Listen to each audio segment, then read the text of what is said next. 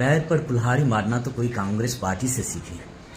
समझ में नहीं आता कि ये सेकुलर बनने के चक्कर में इतने कम्युनल हो गए हैं कि इनको हिंदू धर्म से इतनी घृणा हो गई कि आज जब श्री राम मंदिर का इनविटेशन इनके पास आया कि आपको आमंत्रित किया गया है कि आप श्री राम मंदिर के प्राण प्रतिष्ठा कार्यक्रम में शामिल हों, तो उस कार्यक्रम में शामिल होने से भी इन्होंने इनकार कर दिया।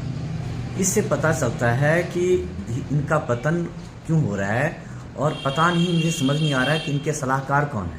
क्योंकि हमें बड़ी पीड़ा होती है कि एक ऐसी पार्टी जो कि देश की आज़ादी में जिसका योगदान था और इतनी सबसे पुरानी पार्टी रही, जिसके सबसे अधिक समय तक प्रधानमंत्री रहे इस देश में, वो पार्टी इस लेवल तक कैसे नीचे गिर सकती है। मुझे तो इनके सलाहकारों पर भी हैरानी होती है कि इनके जो एडवाइज़र हैं वो इस पार्टी को उठाना चाहते हैं या इनको बर्बाद करना चाहते हैं। ये समझ से परे है एक्चुअली ये करना क्या चाहते हैं। अब मुझे लगता है जिस तरह से इनकी नीतियाँ चल रही है, एक दिन इस पार्टी का पतन होना निश्चित है।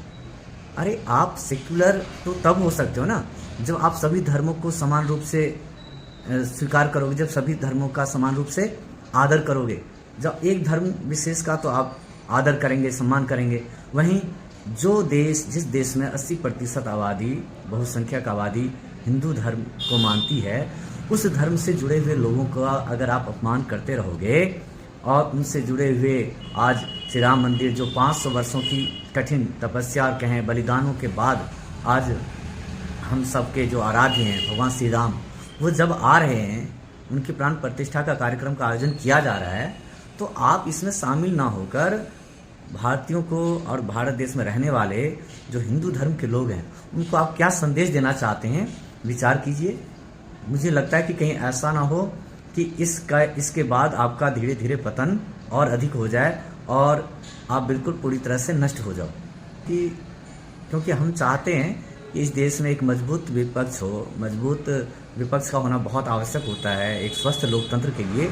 लेकिन जिस तरह की मानसिकता के साथ आप विपक्ष की भूमिका निभा रहे हो, ऐसा लग रहा है जैसे आप विपक्ष बनते बनते जो है, जो यहाँ की बहुसंख्यक आबादी है, बिल्कुल उसके खिलाफ हो गए हैं। और इस तरह के मैसेज लगातार कई वर्षों से जनता के बीच में जा रही है कि जो कांग्रेस पार्टी है वो हिंदुओं की हितैषी नहीं है।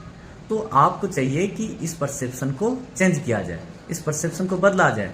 उल्टा आप हमेशा कुछ न कुछ ऐसी हरकतें करते हैं या आपकी पार्टी के लोग ऐसी हरकतें करते हैं जिससे कि इस तरह का मैसेज आता है कि आप हिंदुओं के खिलाफ हो।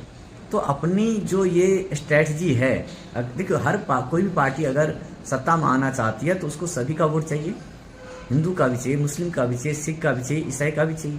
तो आपको सभी धर्मों के बीच में एक सामंजस्य बनाकर चलना होगा और सभी को समान भाव से, आदर सम्मान से देखना होगा, तभी आप सेकुलर पार्टी बन पाओगे। कहने के लिए आप सेकुलर पार्टी हो, लेकिन मुझे तो ये लग रहा है कि आप सेकुलर इतने अधिक हो गए कि सेकुलर बनने के चक्कर में आप कब कम्युनल हो गए आपको पता ही नहीं चला। कि अगर अभी भी नहीं सुधरे तो बहुत देर हो जाएगी।